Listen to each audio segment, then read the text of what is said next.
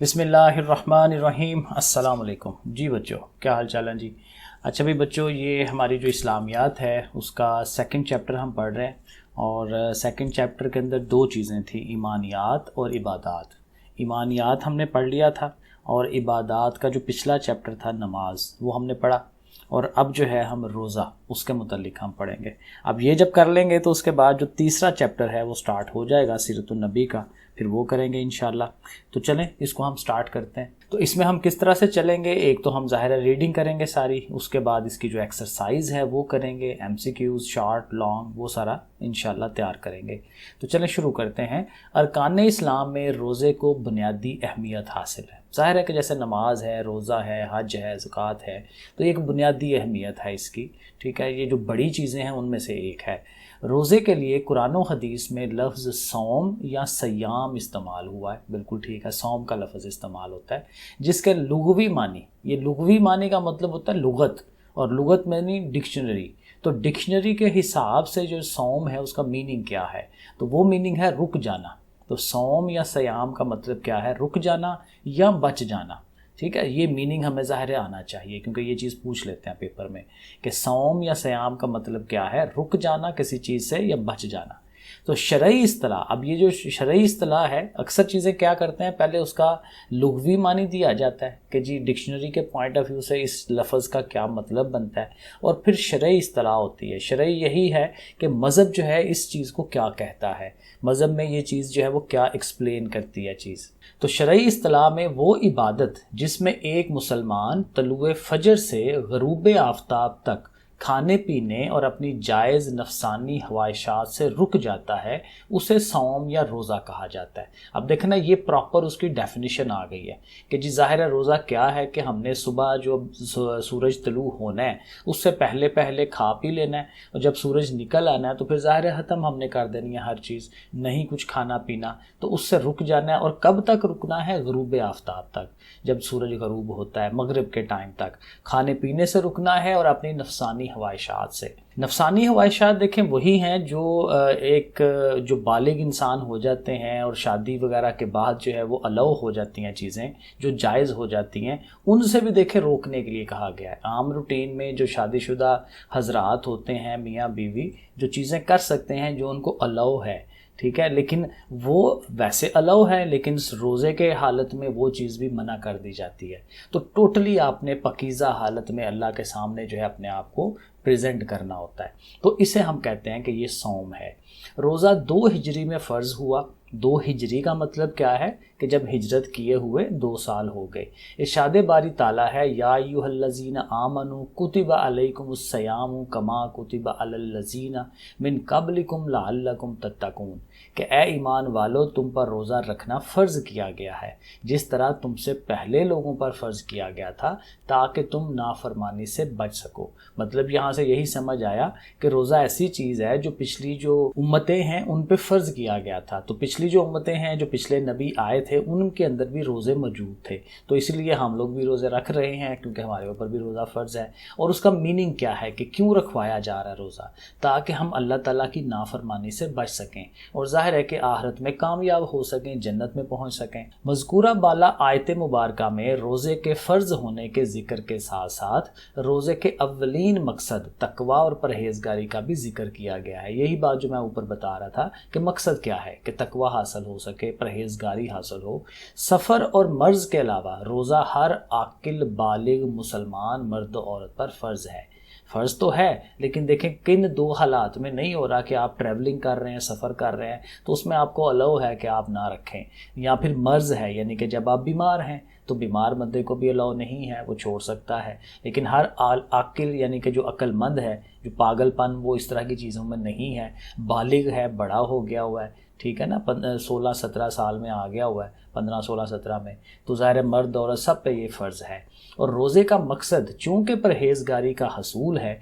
अब देखें परहेज़गारी, ये मैं अक्सर बच्चों को बताता हूँ, ये 2 चीज़ें हैं। एक तो ये है कि पहला पॉइंट ये होता है कि आपने अल्लाह से डरना है, हमारे अंदर अल्लाह का डर मौजूद हो जाए। आ जाए किसी तरह कि भाई अल्लाह है, इतनी बड़ी पावर है, तो ये तो हमारे ज़ाहिर है कि हमारी हर चीज़ को वो कंट्रोल कर सकते हैं अल्लाह ताला। तो उसमें फिर डर आया आपके अंदर कि अल्लाह ताला ने जो बातें कही हैं मैं उसके अगेंस्ट तो नहीं जा रहा। तो अल्लाह से डर कर बुरी चीज़ों से बचना और अच्छी चीज़ों की तरफ जाना, ठीक है, ये दो चीज़ें। तो ये अगर आप करते हैं तो फिर आप कहा जाएगा कि आप परहेज़गारी की तरफ जा रहे हैं, परहेज़गार बन रहे हैं। तो ये परहेज़गार की डेफिनेशन है कि अल्लाह के खौफ से डर के आप नेकी की तरफ माइल हों और बुराई से बचने की कोशिश करें। ये परहेज़गारी इसको कहते हैं। इसलिए खाने पीने से रुकना ही रोज़े का तकाजा नहीं है, बल्कि जिस्म के तमाम अज़ा को अल्लाह ताला की नाफरमानी से रोकना भी रोज़ा है। हर तरह की जो गलत काम है, गलत चीज़ें हैं, उससे बचना जो है वो ज़ाहिर रोज़ा कहलाएगा। नबी करीम सल्लल्लाहु अलैहि वसल्लम का फरमान है कि जो शख्स झूठ और बेहुदा बोलना और झूठ पर अमल करना ना छोड़े तो अल्लाह को उसके खाने पीने को छोड़ देने की कोई ज़रूरत नहीं है। अब देखें, बड़ी सिंपल सी बात कह रहे हैं कि आपने खाना पीना छोड़ा हुआ है, लेकिन आप साथ में दूसरी चीज़ें नहीं छोड़ रहे, झूठ बोली जा रहे हैं, बेहुदा उल्टी सीधी बातें करी जा रहे हैं, ठीक है ना, फहश गोई बातें करी जा रहे हैं। तो फिर वो अगर आप ये अमल नहीं कर रहे इन चीज़ों पे, इसको नहीं छोड़ रहे, तो अल्लाह ताला कह रहे हैं भाई आपने क्यों छोड़ा हुआ है खाना पीना, वो भी आप करते जाओ, रोज़े का मकसद ही ख़त्म हो गया। तो फिर ज़ाहिर है रोज़ा रखना है तो ये इन उल्टी सीधी बातों से भी हमें बचना है, हर चीज़ों का ध्यान रखना है। तलुए फजर से सहरी का वक्त ख़त्म हो जाता है और मगरिब का वक्त शुरू होने पर अफ्तार का वक्त हो जाता है। अब ज़ाहिर है जब हम ये रोज़ा रखते हैं तो इसमें ये दो अल्फाज बड़े इस्तेमाल होते हैं कि जी सहरी की जाती है और अफ्तार किया जाता है। तो सहरी हमें पता है कि सहरी वो सुबह के टाइम जो हम खाना खाते हैं रोज़ा रखने के लिए, ठीक है ना, उसको सहरी करना कहते हैं। और जब रोज़ा खुल जाता है तो उस टाइम जब हम चीज़ें खाते हैं उसको अफ्तार कहा जाता है। खुद सहरी और अफ्तार करने या किसी दूसरे मुसलमान को करवाने की बहुत फजीलत बयान हुई है। खुद भी सहरी अफ्तार करने का उसका भी बड़ा सवाब है, और किसी और मुसलमान को आप वो मेहमान के तौर पे बुलाते हैं या उसको उस पर पैसा लगाते हैं, ठीक है, उसकी सहरी का और अफ्तारी का अहतमाम करते हैं, तो कहते हैं कि उसकी बहुत फजीलत है, बहुत उसका सवाब है। नबी करीम सल्लल्लाहु अलैहि वसल्लम का इरशाद है कि सहरी करो क्योंकि सहरी करने में बरकत है। रोज़ा रखना है तो सुबह सहरी करके प्रॉपर रखो, तो उसमें बरकत अल्लाह ताला ने रखी हुई है। किसी मुसलमान को अफ्तार करवाने के लिए सिर्फ खजूर, पानी या हस्बे तौफीक दस्तरख्वान बिछाने पर भी अजर व सवाब की नवीद सुनाई गई है। यानी ये नहीं है कि बहुत हैवी किस्म का एहतमाम करेंगे तो फिर ही जो है आपको सवाब मिलेगा। आपके पास जितनी तौफीक है, जितने आपके पास चीज़ें हैं, उसी हिसाब से जितना आपका ज़ाहिर बनता है, ठीक है ना, आप जितना कमा रहे हैं उसी हिसाब से चलेंगे ना। तो कहते हैं कि खाली खजूर से भी आप किसी को रोज़ा अफ्तार करा दें, खाली पानी पिला दें, या अपनी जो भी आपकी तौफीक है उस हिसाब से दस्तरखान बिछाएं, उस पर खाना शाना को जो भी आप रख सकते हैं वो रखें, तो अजर व सवाब इंशाल्लाह बहुत ज़्यादा मिलेगा। नबी करीम सल्लल्लाहु अलैहि वसल्लम ने फरमाया कि जिसने किसी रोज़ेदार का रोज़ा अफ्तार कराया तो उसे भी उसके बराबर सवाब मिलेगा। अब देखना, एक बंदा रोज़ा रख रहा है तो ज़ाहिर है उसको बहुत ज़्यादा सवाब होगा अगर उसने प्रॉपर तरीके से रोज़ा रखा है, तमाम बुरी चीज़ों से भी बचा है, तो जितना सवाब उसको पहुंच रहा है रोज़ा अफ्तार कराने वाले को भी पहुंच रहा है। और असल में देखें, इस्लाम जो है वो यही बातें बताता है कि हम मुसलमान जो हैं अपनी मुआशरती ज़िंदगी कैसे अच्छी गुजारते हैं।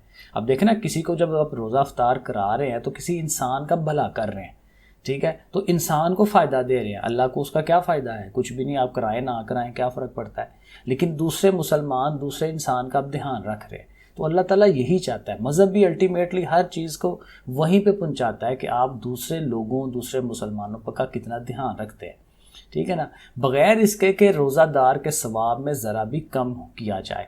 यानी कि जितना सवाब दिया जा रहा है, ये नहीं कि वो बेचारे उस बंदे का सवाब कम कर रहे हैं, उसको भी उतना ही सवाब है और अफ्तार करवाने वाले को भी उतना ही सवाब है। नज़ूल कुरान मजीद चूँकि लैलतुल क़दर में हुआ था, इसलिए इस महीने में हर अमल में खैर व बरकत बढ़ जाती है। अब चाहे ज़ाहिर है चूँकि ये जो रमज़ान का महीना है, इसको कहते हैं कि ये लैलतुल क़दर वाला महीना है, और लैलतुल क़दर का मतलब कदर वाली रात, एक ऐसी रात जो 1000 महीनों से अफजल होती है, ठीक है ना। वो रात जो है उसमें कुरान मजीद को उतारा गया था, ठीक है, ये लिखा हुआ है। इस रात को अल्लाह रब्बुल इज़्ज़त ने 1000 महीनों से बेहतर करार दिया है। नबी करीम सल्लल्लाहु अलैहि वसल्लम ने इसे रमज़ानुल मुबारक के आखिरी अशरे की ताक रातों में इबादत करके तलाश करने का हुक्म दिया है। अब ये नहीं कि उन्होंने फ़िक्स कर दिया कि भाई ये वाली जो 27वीं वाली रात है उसी में आप इबादत करेंगे तो आपको ये लैलतुल क़दर मिल जाएगी। नबी करीम सल्लल्लाहु अलैहि वसल्लम ने कहा है कि जो आखिरी अशरा है, यानी आखिरी जो 10 दिन हैं हमारे रोज़ों के, उसमें जो ताक रहते हैं, यानी 21, 23, 25, 27, 29, ये वाली जो रातें हैं, इसमें आप इबादत करें। तो अगर आप 5 दिन इबादत करते हैं प्रॉपर तरीके से, तो आपको डेफिनेटली ये लैलतुल क़द्र मिल जाएगी, उनमें से कोई ना कोई तो होगी। ठीक है, तो वो सारा आपको सवाब उसका बहुत ज़्यादा मिल जाएगा। उसमें वो आम रूटीन में बताते रहते हैं कितना कितना सवाब है इसका। रमज़ानुल मुबारक में मुसलमान तलावत कलाम मजीद की बरक़ात हासिल करते हैं। ज़ाहिर है कुरान मजीद को ज़्यादा से ज़्यादा पढ़ा जाता है। नमाज तरावी अदा करते हुए पूरा महीना कुरान मजीद की तलावत माहर कारी और हुफ़ाज़ साहिबान की इमामत में सुनते हैं। ज़ाहिर है ये सारा सुना जाता है। रमज़ानुल मुबारक के आखिरी अशरे में ख़वातीनो हज़रात एतकाफ़ की सुन्नत अदा करते हैं। एतकाफ़ ज़ाहिर रखा जाता है आखिरी 10 दिनों में, और एतकाफ़ रखने का भी मेन मकसद यही है कि एक अलहदा हो के इबादत की जाए, दुनियादारी छोड़ छाड़ के। और दूसरी बात वही कि उन दिनों में लैलतुल क़द्र है, तो आप वो इबादत जो है वो अच्छी तरीके से कर पाएंगे। रमज़ानुल मुबारक के बाबरकत महीने में नबी अकरम सल्लल्लाहु अलैहि वसल्लम को देख कर सहाबा इकराम भी इबादत में कमर बस्ता हो जाते थे।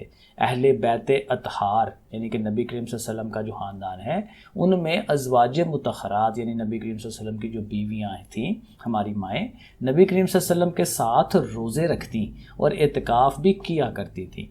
हज़रत अबू हुरैरा रज़ियल्लाहु अन्हु रवायत करते हैं कि नबी अकरम सल्लल्लाहु अलैहि वसल्लम हर साल रमज़ान में 10 दिनों का एतकाफ़ फरमाते थे। अच्छा जी, आखिरी टॉपिक है इसमें रोज़े के फ़वाइद और समरात, कि रोज़ा जब हम रखते हैं उसके क्या फ़ायदे हो सकते हैं हमें, और इर्द गिर्द सोसाइटी में इसके क्या समरात हैं जो बेहतरी आ सकती है रोज़े की वजह से। तो पहला पॉइंट है, कहते हैं रोज़े रखने से जहाँ इत्मीनान क़ल्ब और सब्र व शुक्र जैसे रूहानी फ़वाइद हासिल होते हैं। अब देखना ये 2 पॉइंट्स, और डेफिनेटली ऐसा होता है जब आप ये 30 रोज़े 30 रोज़े रखते हैं ना, तो पहली बात तो वही है कि दिल को इत्मीनान होता है कि आपने अल्लाह ताला की रज़ा के लिए कोई काम किया है, आपके अंदर सेटिस्फेक्शन आती है। ठीक है ना, आप जो है सुकून मिलता है इंसान को, और सब्र व शुक्र। और जाहिर है कि जब आप वो रोज़ा रख रहे होते हैं तो आप चीज़ों से रुक रहे होते हैं, आपने जो है वो क्या कहते हैं खाना पीना छोड़ा होता है, तो आपके अंदर जो सब्र करना है वो आ जाता है, और अल्लाह ताला का बंदा शुक्र अदा करता है कि या अल्लाह देखें आपने मुझे कितनी कितनी नेमतें दी हुई हैं, क्योंकि ये सारी नेमतें जो हैं बहुत सारे लोगों को नहीं मिली हुई। मैं दोपहर का खाना भी खा सकता हूँ, शाम का भी, बाज़ लोग सारे दिन में एक ही खाना खाते हैं, वो भी बाज़ का नसीब नहीं होता। तो शुक्र के जज्बात जो हैं वो भी इंसान के अंदर आते हैं। तो इत्मीनान क़ल्ब और सब्र व शुक्र, एक तो ये रूहानी फ़वाइद हासिल होते हैं।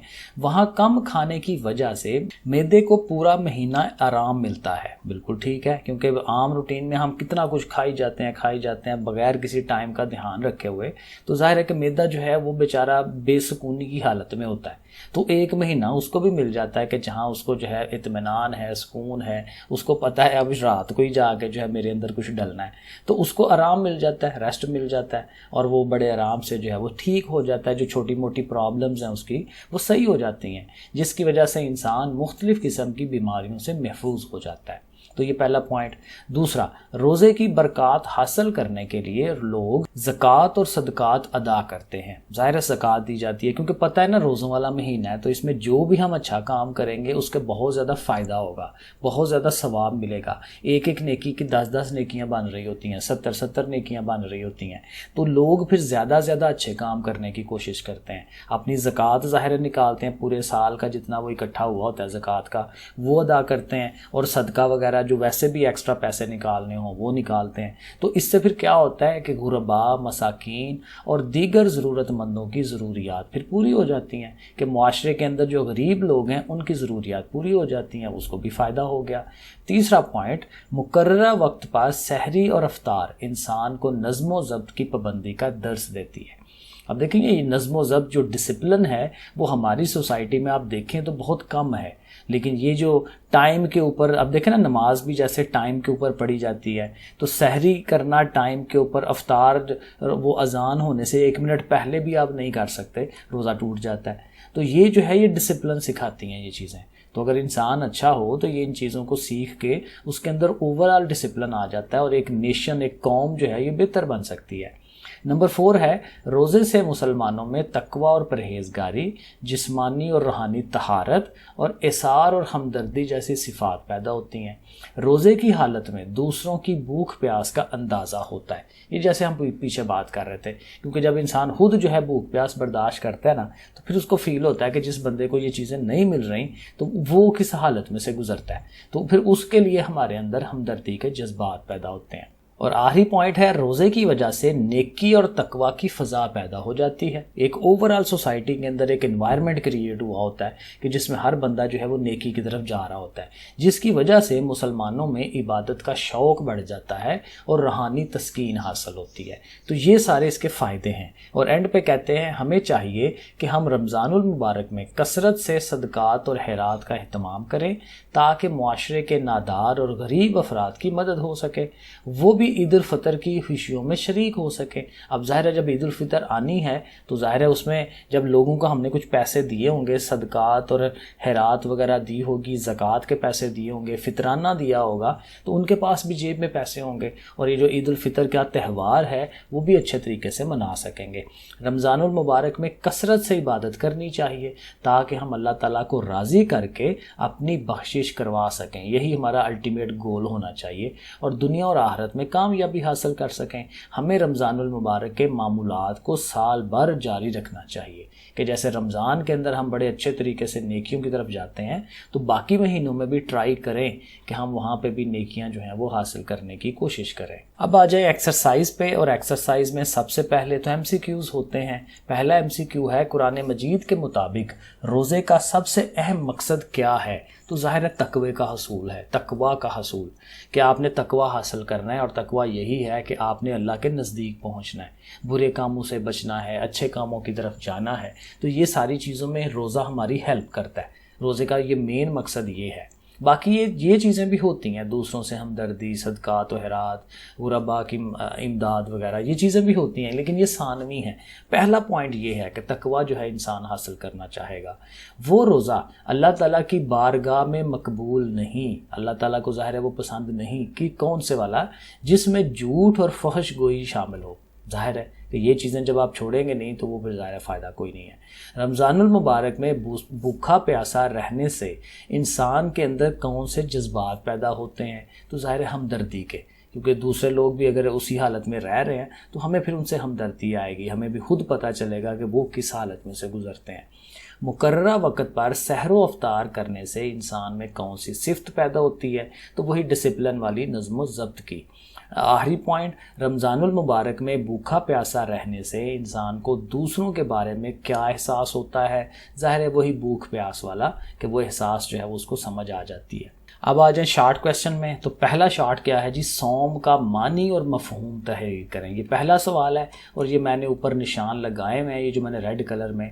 तो पहले सवाल का आंसर जो है वो यहाँ से स्टार्ट लेना आपने, मानी और मफहूम बताने हैं। तो मानी यही है पहली लाइन में कि जी इसका लफ्ज़ जो है सौम है और उसका मानी है रुक जाना। ठीक है, मानी यहाँ तक हो गया और तफसील जो है आ गई, ये जो शरई इस्तिलाह में, तो ये यहाँ तक आप, ठीक है, इधर से लेके इधर तक ये आपके सामने है, इसको याद करें और इसको लिख लें।